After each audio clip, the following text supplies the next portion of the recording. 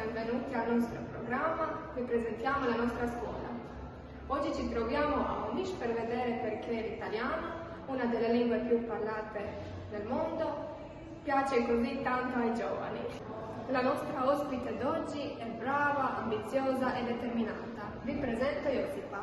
Buongiorno, grazie per avermi invitata, è un vero piacere stare qua.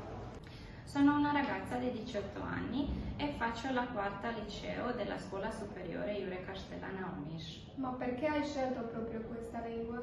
Perché mi piace molto il suono della lingua italiana e anche l'energia che trasmette. È divertente molto studiare una lingua così bella attraverso canzoni, ricette e curiosità.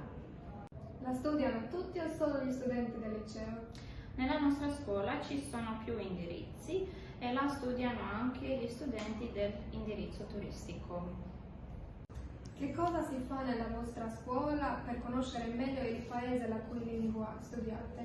Proprio in questi giorni stiamo organizzando una gita a Venezia a febbraio per vedere il carnevale.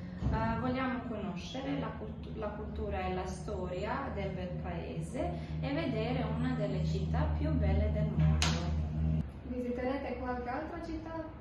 Certo, visiteremo Verona e Padova e anche le due isole, Murano e Burano. Tanto per sapere, i nostri studenti partecipano ai diversi programmi Erasmus e sono appena tornati dalla Spagna e dall'Irlanda. Ti piace vivere a Omiš? Moltissimo. Omiš è una città nel cuore della Dalmazia, sistemata tra il fiume, il mare e le montagne. Anche vanta molti monumenti, fortezze e musei e in tutta la città si sente lo spirito del passato.